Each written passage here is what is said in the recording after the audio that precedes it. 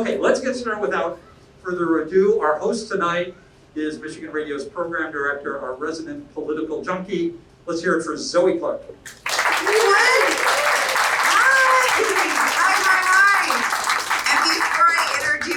The panel to my left, physically speaking, not politically, of course. I do want to introduce you all to Colin Jackson, who is over here. Colin Jackson is the newest reporter, political reporter that you will hear on Michigan Radio. Colin is celebrating his second week today, right? Woohoo! So let's all welcome Colin. I've already been so delighted in learning from his reports, along with who he works with, Rick Pluta, our Capitol Bureau Chief, who is to my left here. But not politically. Not politically. Jonathan Osting, who if you have been on this boat before with us, you will have seen. He is with Bridge, Michigan, a political reporter who is breaking news constantly. Hey, J.O. Welcome. And Lauren Gibbons, this is her first Issues and Hail, and I'm so excited. And so the whole ruse of the audio setup, that happens every time. It just makes everybody feel more comfortable. So Lauren Gibbons with MLive. If you want to follow a political reporter about redistricting, please follow Lauren. She is doing God's work, man. And we're going to talk a little bit about that. So absolutely amazing, which is one of the reasons I was really hoping she'd be here this evening so that we can dig into that. But first, let's start with this enormous, huge budget that just got signed into law now 7 or 8 hours ago. Rick, I want to talk about what's in the budget, why this is the biggest budget, but first help us understand about what were going to be line item vetoes that were then not line item vetoes, all surrounding county health department funding. Well, it appeared originally that the governor was going to try and do something to stop language in budget bills to forbid local public health orders, which has been, as I'm sure you're all aware, a big argument between the governor and Republicans in the legislature and Republicans in general. So thanks, Bob. What she issued instead was basically what it in Washington, D.C. would be called a signing statement. And she just said that the language that the legislature, the Republican-led legislature, had put into the budget was unenforceable, and kind of left it there, guys.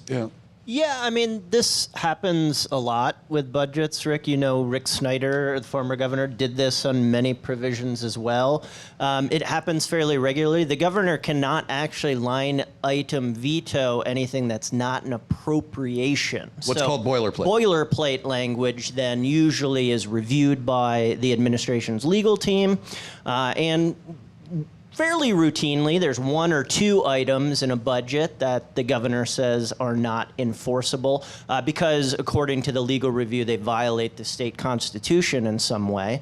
Now, this letter that the governor put out today was probably longer than any I've seen before from previous governors in the number of provisions that she deemed unenforceable.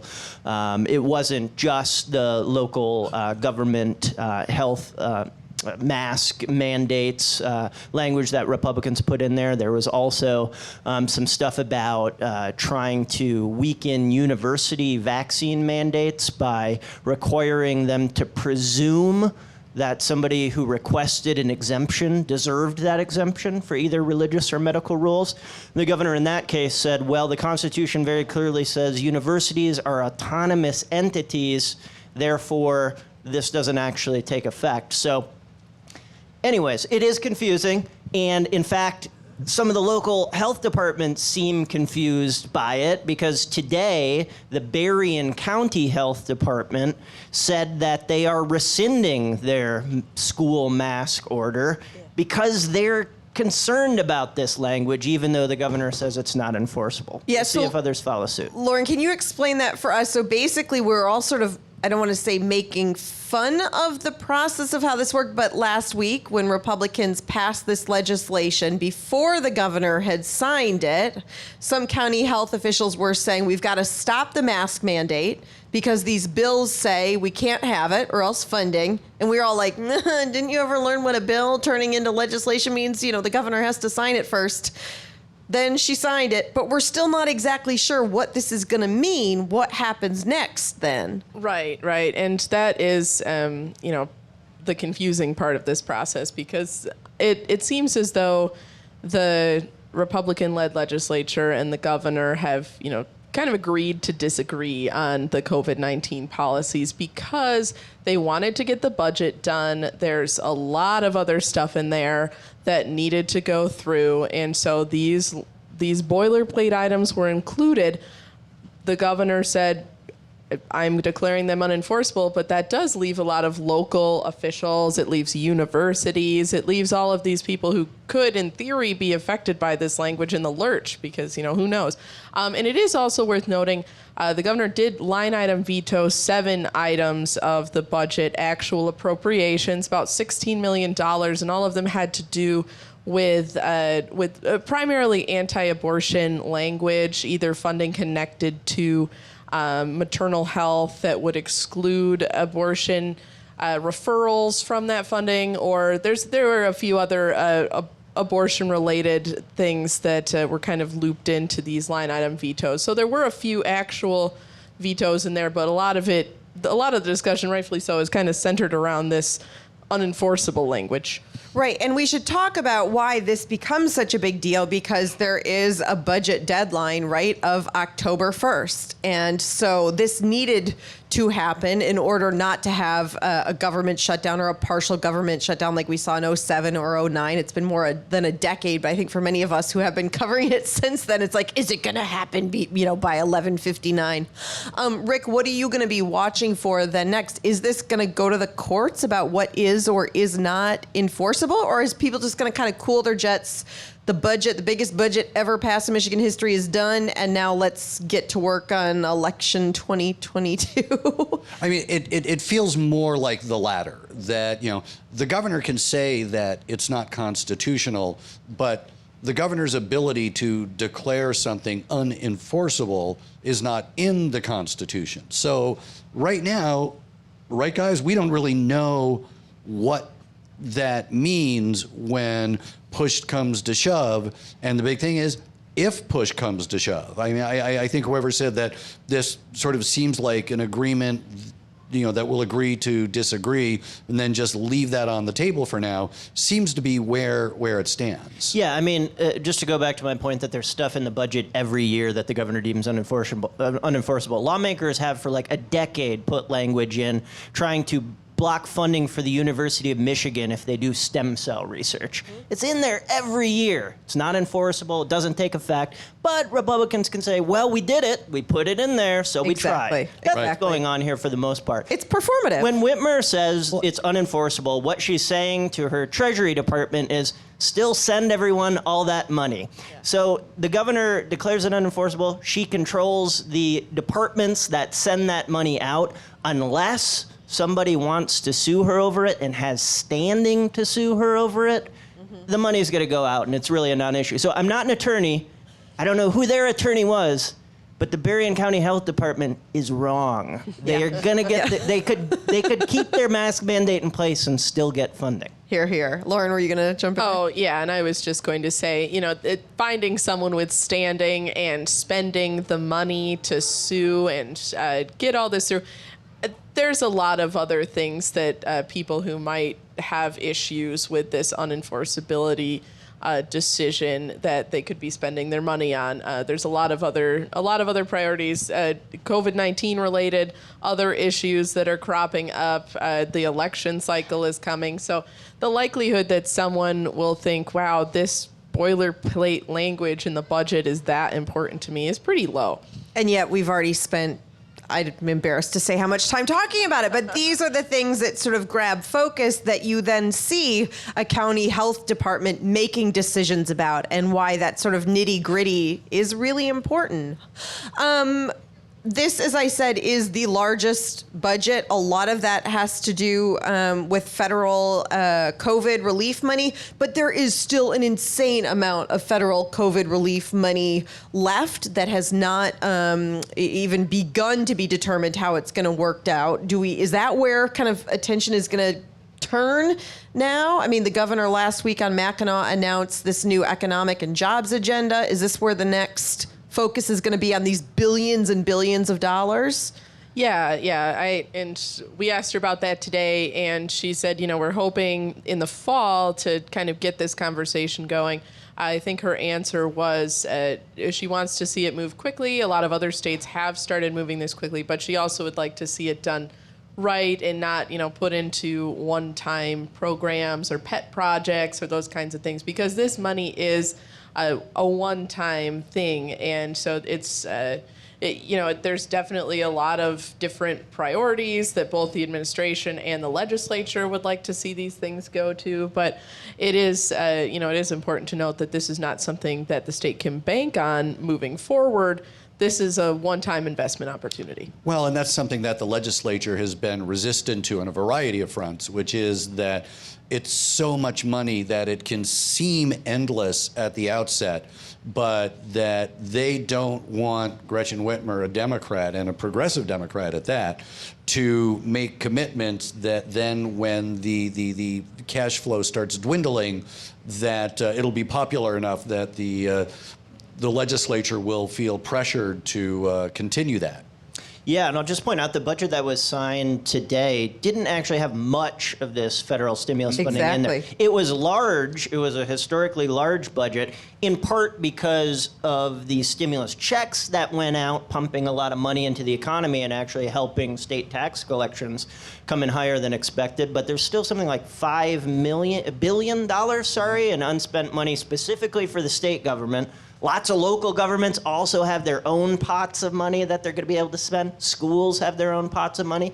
And the state also has about $5 billion in surplus funding as well. There was about $3 billion over the last year, and now $2 extra billion has come in so far this fiscal year. So there's just a huge pot of money. Yeah. I'll say, please, it is a cash cow.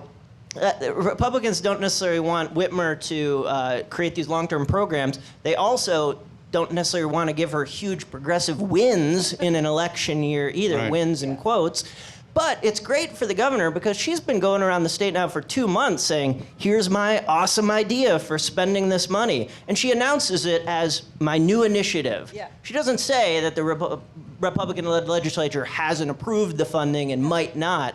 But it's great to talk about how to spend money. Yeah, and just to put this in context, so I started at Michigan Radio now 15 years ago, and we were talking about budgets back then, now general fund budgets, right? So this is money that actually, the legislature and the governor kind of actually have control over. That isn't just federal government money that just comes right back out.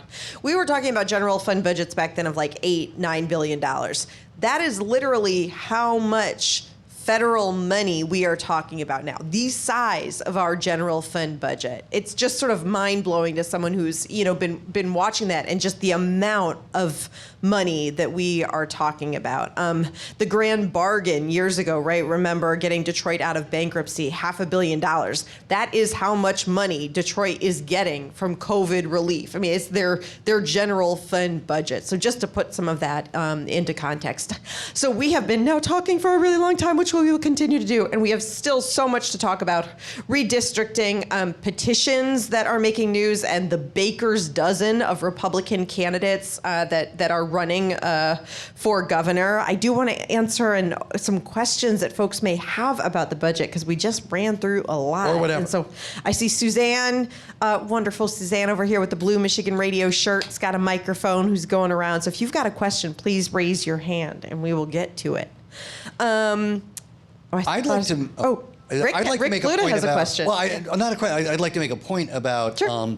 the COVID money that's coming from the federal government, that we can talk about it in political terms, which is as many dollars as you have, that's how many things that you've got to argue about, that it creates as many or more problems, more conflicts than it resolves. But also, it's so much money, and you've pointed this out before, is that it's potentially culture changing.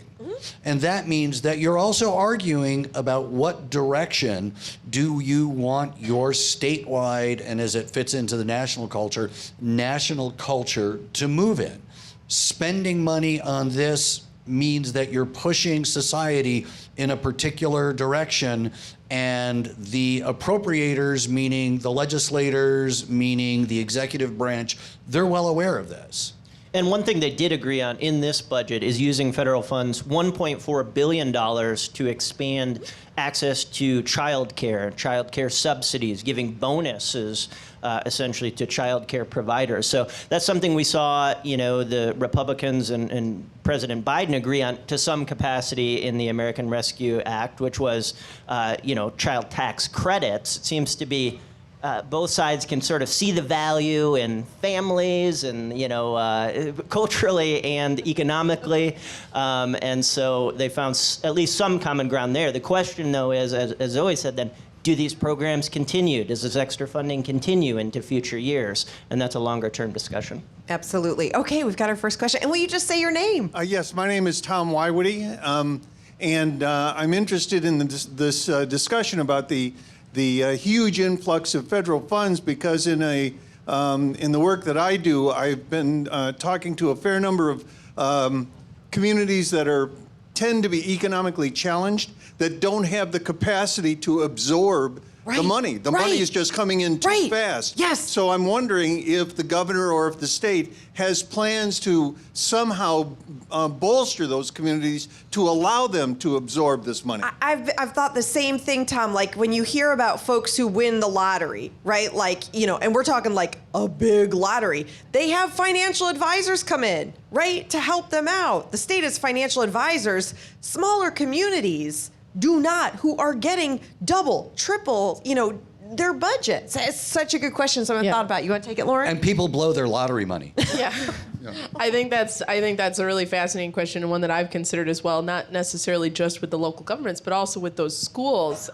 School boards are now seeing just obscene amounts of money, as you said, in some cases, like double their regular budgets. And so that is always a really complicated question.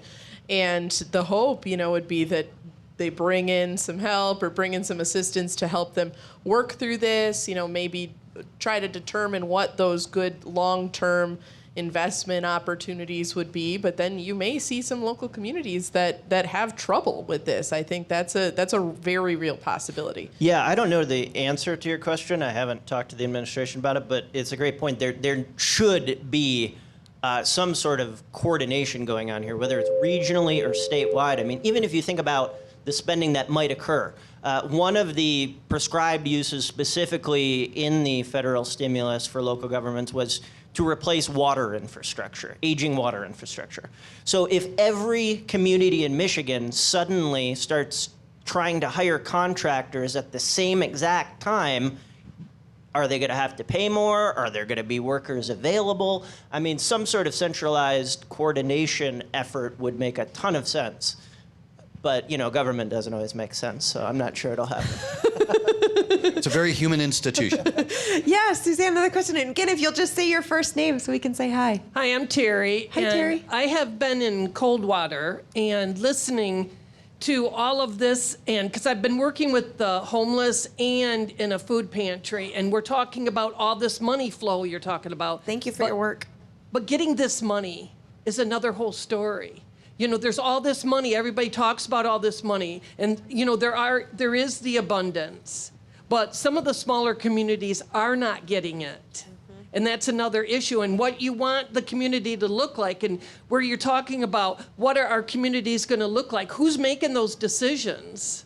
These people in Lansing or these people where? I know, this is what... Well, the answer is all of the above, or everything that you've said. And What we don't have, and those of you who, like Tom maybe, who've worked in local government know that one of the things that's an ongoing project is a master plan, and it's always a rolling thing. That's a really, really hard, impossible thing to do at the state level, and that's really what we're talking about here. Whether it's what Jonathan said, or just this idea that this is culture changing. This is a culture changing moment, and it's going to be a culture changing moment no matter what. If Michigan, for some reason, and that's obviously impossible, decides that it's not going to take another penny of COVID money, it's still going to be a culture changing moment, and that's really the discussion that we're having at every level of government right now. And so much of this, too, has to do with elections, right? And this idea that, in organizations, there tends to be longer-term folks who are at the top or at the head who can help guide these years-long strategic plans. But in this election cycles that we have found ourselves in the modern age, where it seems like everything is getting ready for the next election cycle, including us here on the stage, and what I want to talk about next, it's really hard because of politics to look ahead and make those plans, which leads us into, we are some 400 days away from election 2022, but who's counting? So Jonathan, I want to turn to you because you were at an event over the weekend. There is something called the Republican Leadership Conference. It happens every 2 years on Mackinac Island.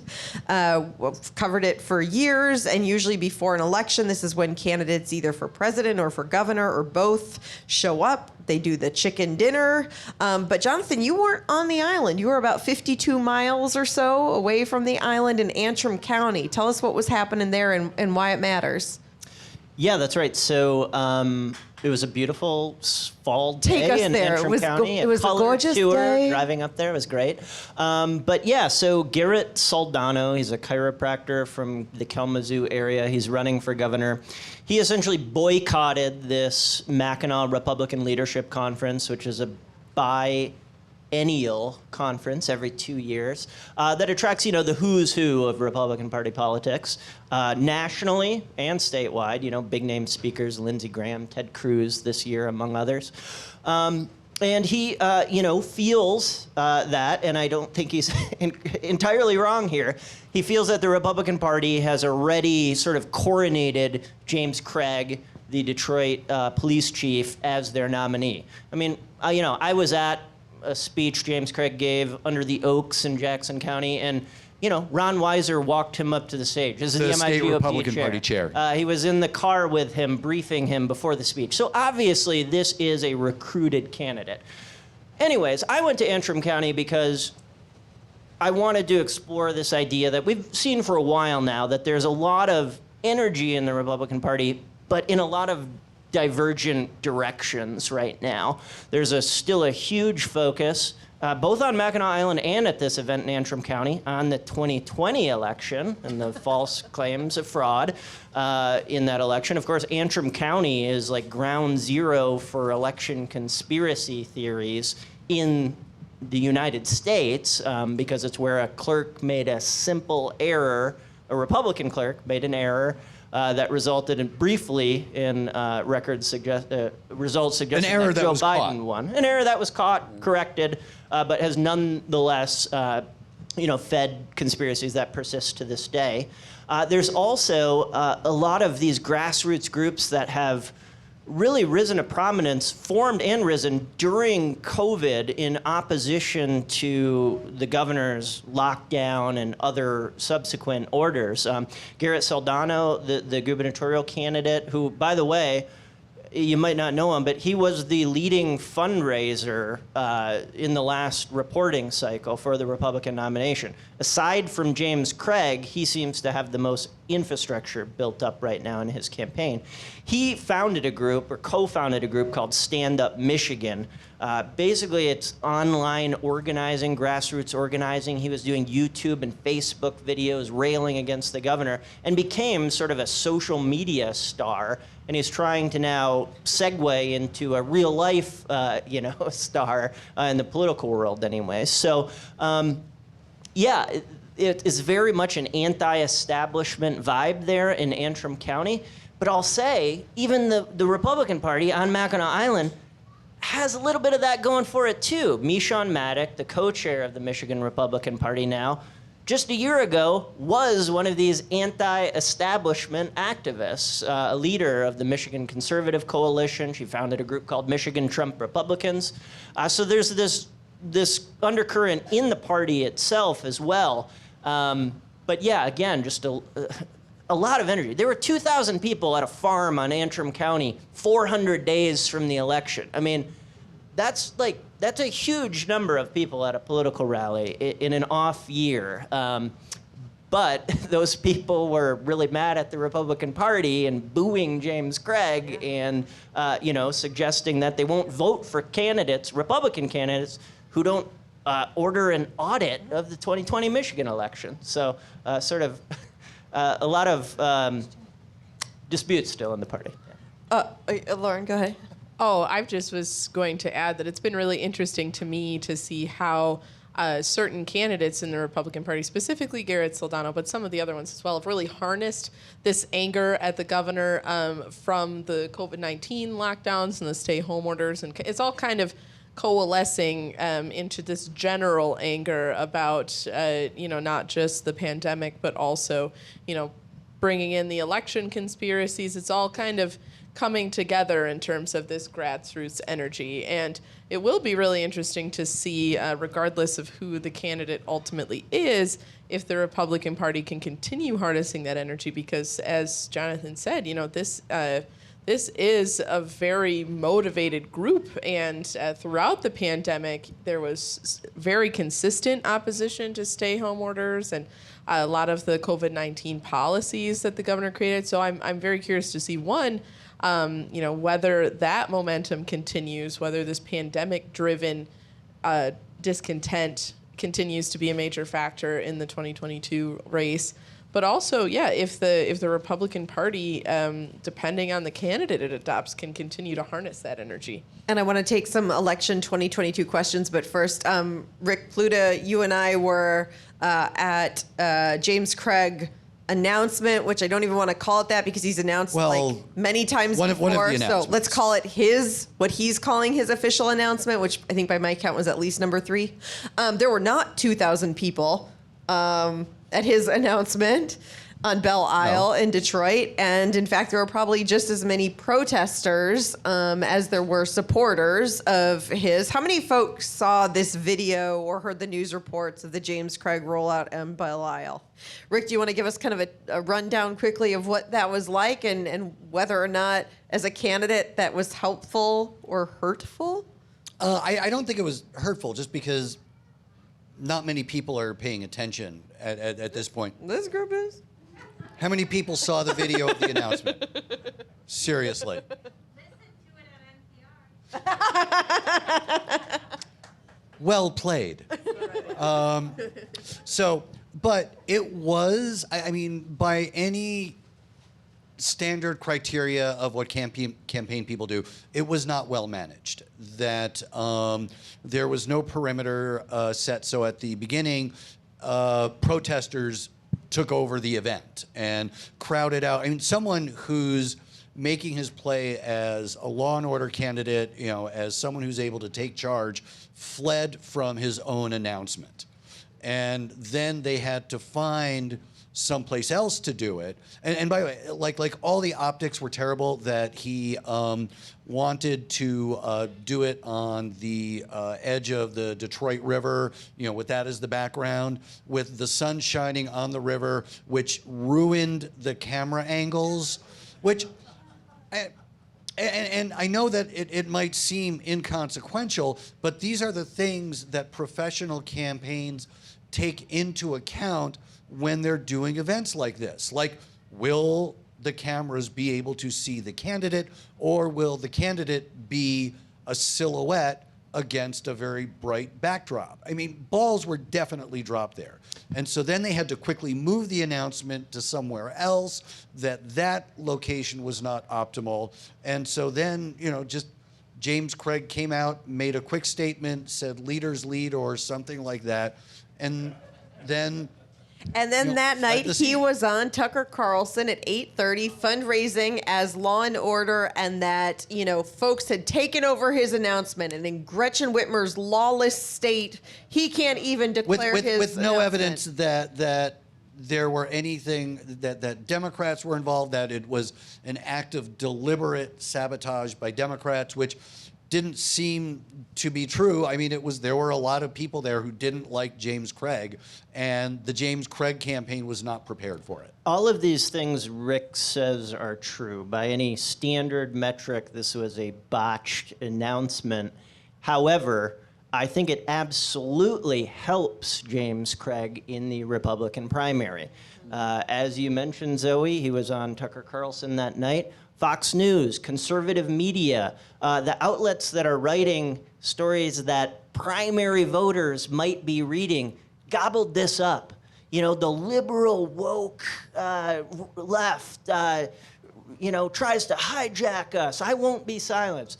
That's going to play really well. I don't know if it was intentional by his campaign. His main political consultant, John Yob, has certainly tried to suggest that maybe this whole thing was orchestrated to actually help him. I don't know if that's true, but certainly I think the optics have actually played well. He's gotten a lot more media coverage. Continues to be a story weeks. We're talking after about this it right now. announcement. And according to Craig Mauger at the Detroit News, James Craig now has a phone call coming up with Donald Trump, who he wants to endorse him. So you know who watches Fox News, right? I think Donald Trump still does. I don't know. Maybe I can't he's a tell, Newsmax I know, guy. whether he's mad with Fox News or if it's Newsmax. Yeah, Suzanne, we've got a question. My name's Dave. Hi, Dave. How are you doing? This question is, recently President Biden met with Governor Whitmer up in Traverse City, and I just wondered if you wanted to speculate on the agenda for that meeting. Sure, this was over 4th of July when we all thought he was actually going to make his way into Cherry Fest. And if anyone has actually gone to Cherry Fest on the 4th of July in Traverse City, you know that is a no-no. So instead, the president went to Moomers, which is a yes. I think he created his own ice cream flavor, which ended up that you can get that too. Look, what we know about Biden and Whitmer, of course, is that Whitmer was on a short list for the VP candidacy. We know that they have been friendly, and that she has always sort of shied the idea of wanting to be the VP, but also did say, if you're asked, it's hard to say no. They went to a farm together. Any other agenda items that we know from that actual 4th of July? I mean, it was all part of his sort of Build Back Better tour. And Well, this was his We Beat COVID right, tour, it was the We Beat COVID which Build Back Better proved / not be the case. Yes. But I mean, I have no idea what they may have said in a private meeting, but certainly the Other than, goal, boy, the Moomer's idea, ice cream the is good. optics here were to celebrate independence from COVID-19. At a cherry festival in northern Michigan. It was supposed to be a rah-rah moment. The governor, of course, herself had touted the back to normal idea. And several months later, we're not back to normal yet, seemingly getting further away from it again. Yeah, I don't know what else they might have talked about. I will say the governor and the president were very simpatico early in the pandemic, but now Governor Whitmer has definitely continued to govern in the way that suggests the pandemic is over. She's stepped back from issuing statewide orders. President Biden, in his plan to tackle the Delta variant, did urge governors to require teachers in their state to get vaccinated. Governor Whitmer has not done that. It happens that President Biden's national employer vaccine mandate might actually end up applying to schools, so he might have just done that for Governor Whitmer, but they're not necessarily eye to eye on every policy front right now.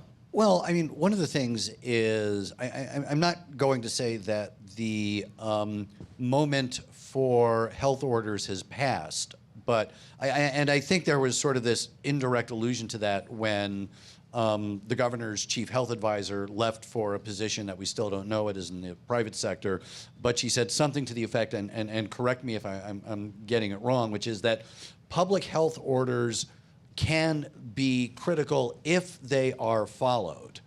And basically, it's a question of the power of persuasion of these orders, that you're not going to be able to enforce vaccine requirements, mask requirements into effectiveness. It's only going to work if there is public buy-in. And if there is widespread public resistance, then it's a failure, and it's not something that you can enforce into success. And that is the conundrum that the governor and the health system right now when it comes to COVID-19 is facing. And we've heard from sheriffs, right? Remember early in the beginning of the pandemic saying we're not going to enforce this. And so unfortunately, public health has become this sort of political process and was really politicized from the very beginning. Do we have another question? Yeah. Hi, Hi. I'm Zach. Hey, Zach. Obviously, a lot of this might be impacted by how Chief Craig's meeting with President Trump goes, but we obviously hear a lot about how, top of the ticket impacts some of those down ballot races. I'm curious kind of the other way around. We've seen President Trump already endorse a down ballot race. Do you see, obviously Secretary Benson had a tough go at it because of COVID. Do you see any of those down ballot races playing upwards in this race? I think That's a really interesting question. Yeah, it's a good question, It's a great yeah. question. You can tell because we're not No, all, we- we're all like, let me think Oh, about no, it. we've It's really thought good. about it and Yeah. talked about it. Yeah. Well, I think it certainly could for this reason. President Trump endorsed Matthew Diperno for Attorney General. Matthew Diperno is the attorney that filed the lawsuit that spread all sorts of conspiracy theories about Antrim County that I mentioned before. And Christina Caramano? I forget it. Caramo, yeah. Anyways, she's not a super well-known person, but she visited the Arizona audit site is one of her claims to fame. She was a Detroit election poll worker or inspector who has raised allegations that have not been substantiated about what happened at the TCF Center in Detroit. So certainly, I think Democrats would love it if those two people were the nominees for Attorney General and Secretary of State, because James Craig has really kind of kept his distance from all the fraud 2020 stuff. He's been hands off. He was police chief at the time in Detroit, so I mean, if there was fraud, it might be his fault. So he needs to has sort of an interesting position there, but.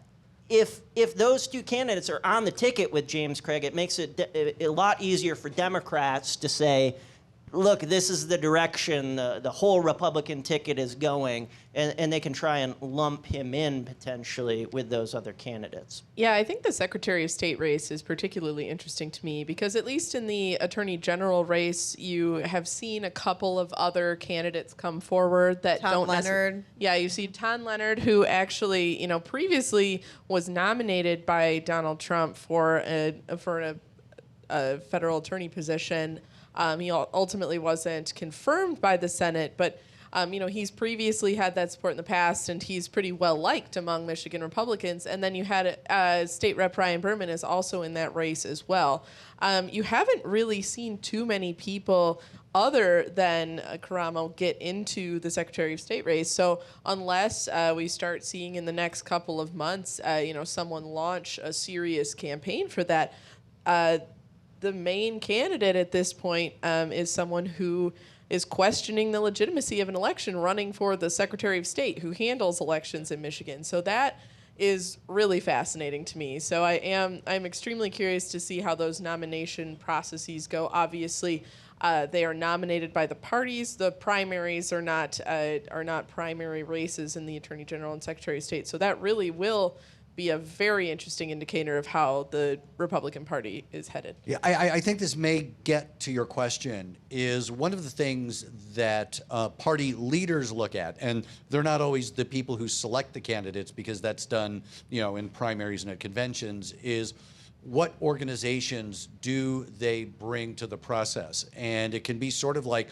a series of templates that are overlaid over one another about whether or not they can get people out to do low-level fundraising, door knocking, phone calling, basically the voter-to-voter communication that, especially in lower ballot races, can make a huge difference, but can also, especially when you're trying to engage people to do more and more, higher and higher, to make things happen. And I don't know, and the thing is, kind of the more out there a candidate is, a potential is, that sometimes they bring a more and more fervent base of activists with them.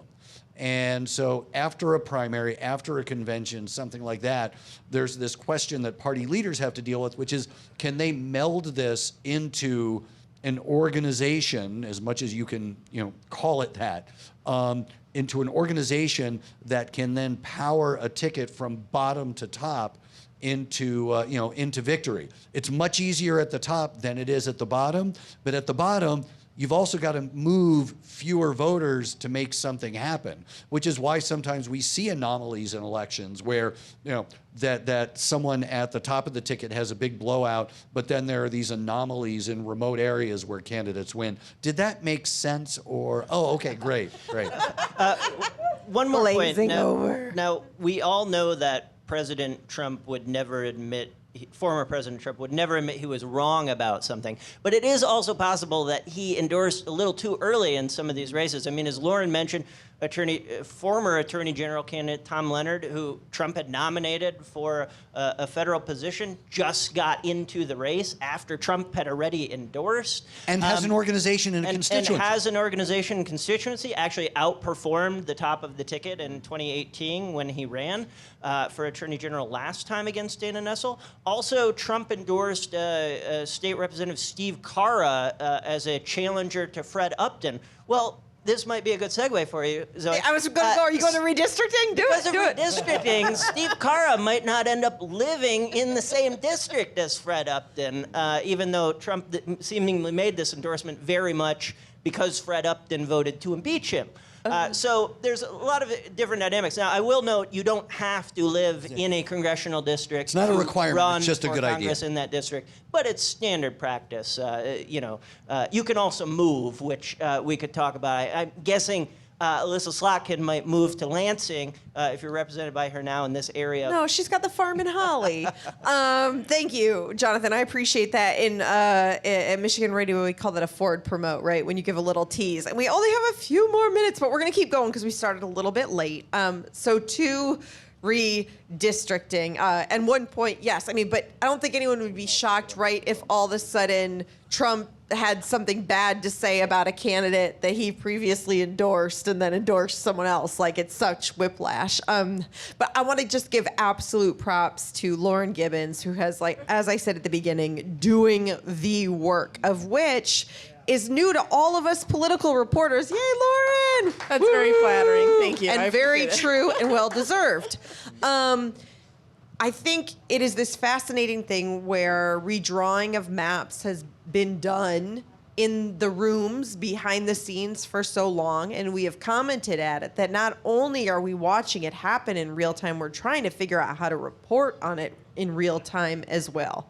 I think the last time we did Issues and Ale on this boat, if I'm remembering correctly, maybe it had just passed the proposition okaying redistricting, or maybe it was about to, but certainly we were nowhere close to where we are now, which is a group of 13 folks in a room together trying to draw the maps, and we are all watching it in real time.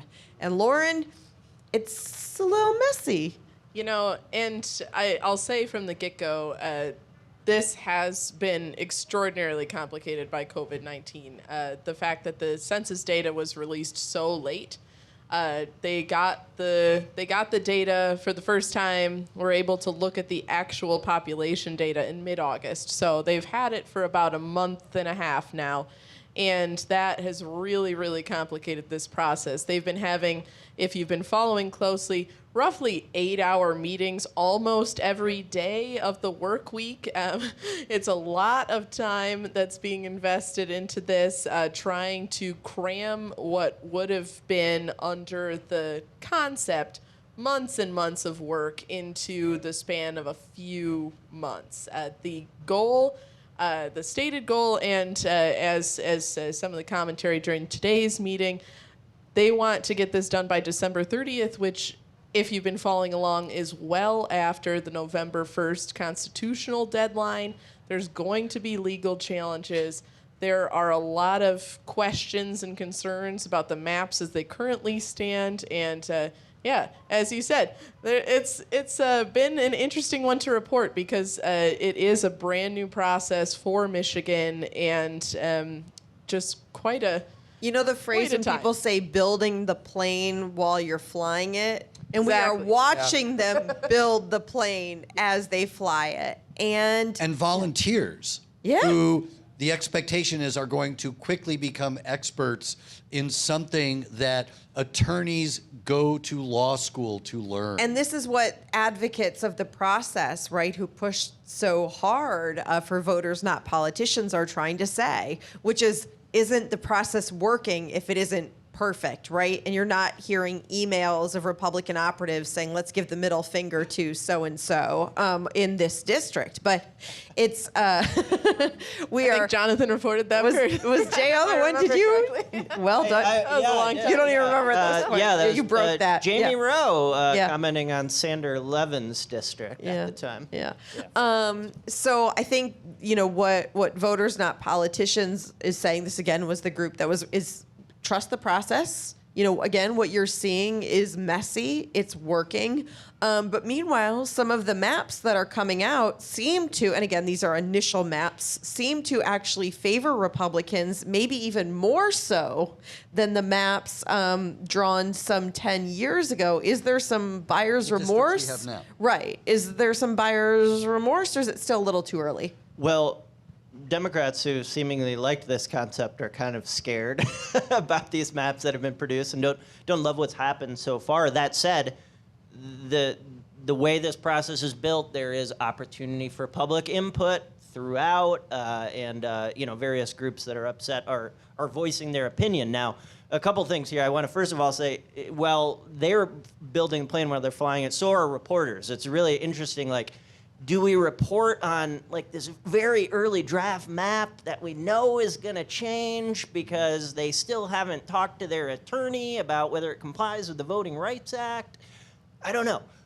But it's fascinating, so maybe people want to know. We probably should. It's a public process. We all do. Secondly, you know, this is something defenders of the old maps would bring up.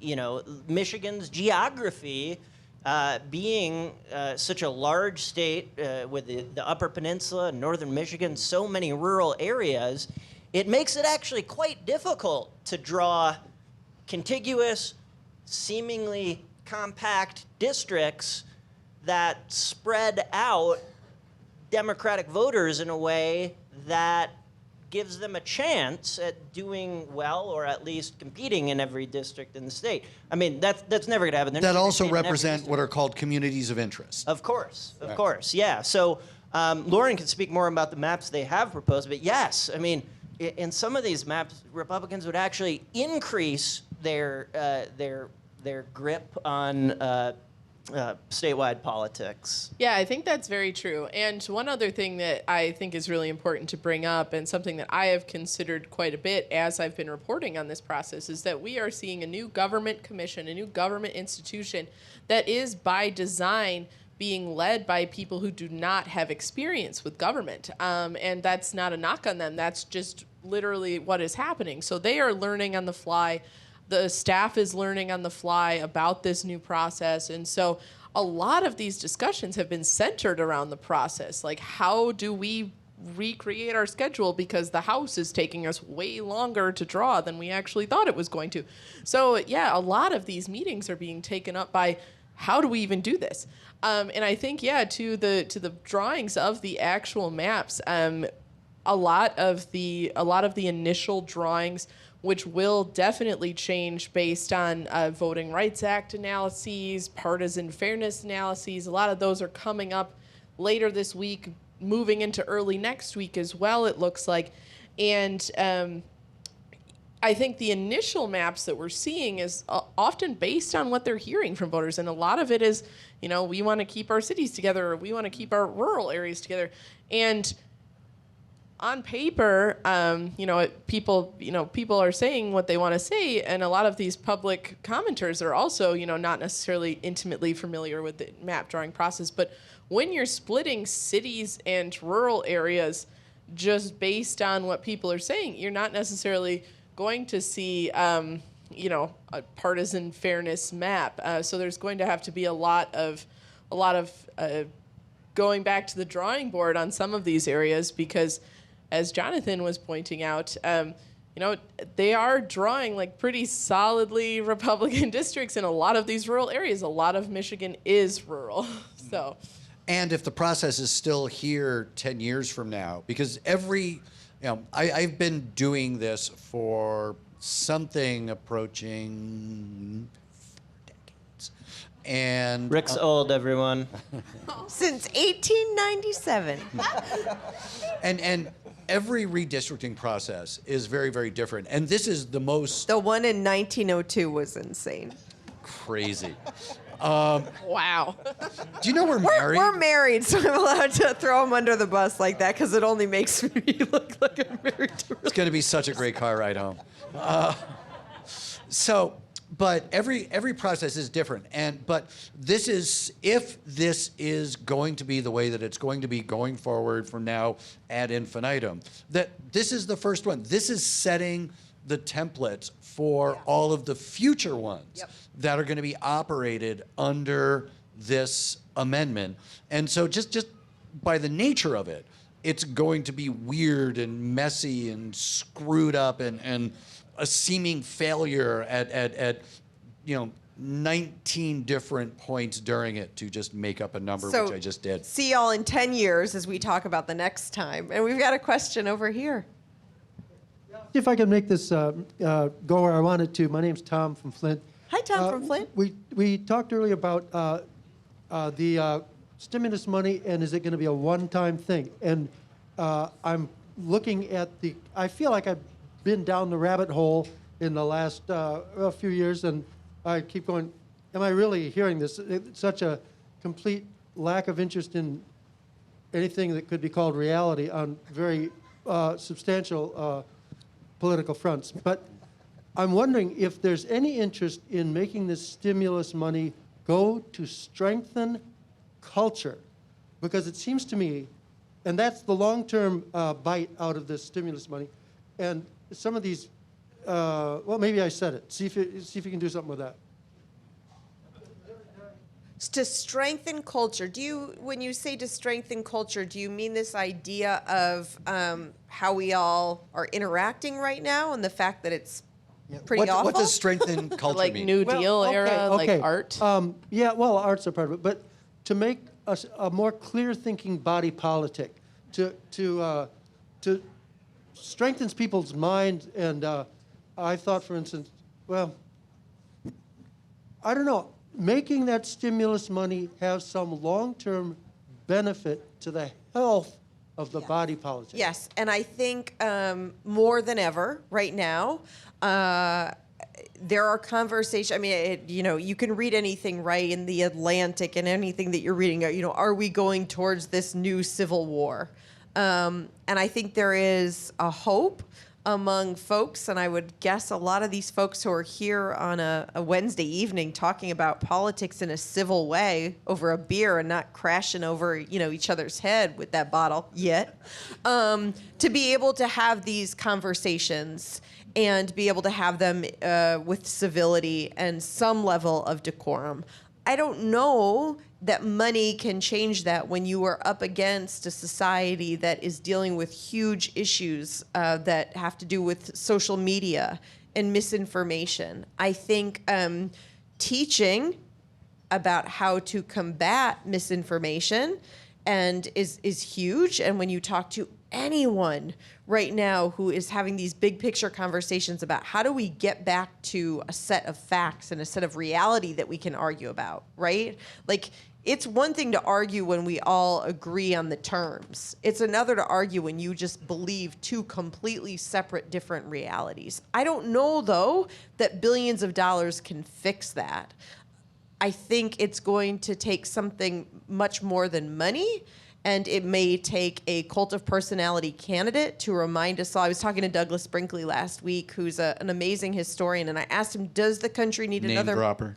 A total name dropper. I know, I'm a total fangirl. It was amazing. I'll talk to him for an hour. But like I said to him, do we need another moonshot? Because this is one of the things he talked about, right? Was JFK and this idea of the moonshot and bringing the country together. And I don't know that, several $billion in the general fund is going to be able to do that when the folks that have to disperse that money are two different parties. I think it is going to be something bigger. And unfortunately, I don't know what that is. And I think... for probably many of us, remembering the anniversary and at 20 years of 9/11 and feeling the sadness that happened, but also the sadness about 9/12. I don't know about you, but I've never felt more like I could have walked up to someone on the street that I didn't know and give them a hug. I wouldn't do that today, and that's not just because we're in the middle of a pandemic. I don't know if you're vaccinated or wearing a mask. I think it's going to take something more than a $10 billion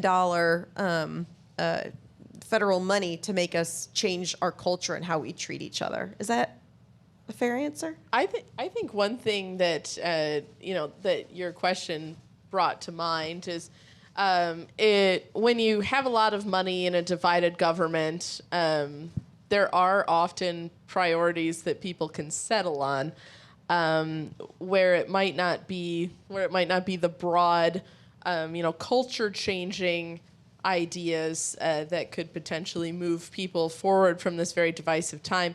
It certainly could at least help a majority of people. I think one great example is in this budget, people kind of settled on childcare, spending a lot of money to make sure that parents who have been arguably the most hard hit during the pandemic, trying to figure out how to raise their children, how to teach their children, while also working full-time from home in a lot of cases. That was something that was very clearly a need that was, in this budget, attempted to be addressed with some of this federal funding. So while we haven't necessarily seen all of that, we'll see what happens. I think there's other issues where, people from vastly different political perspectives could potentially settle on things that everyone kind of agrees could be better. Maybe infrastructure is where that comes from, or maybe improving schools. But I think that is one thing that a lot of money can do in a divided government is we have to agree on something. So maybe we try to move the conversation forward in that way. Oof, I love that. And reaching children at a point where almost every expert that I'm aware of agrees is most determinative,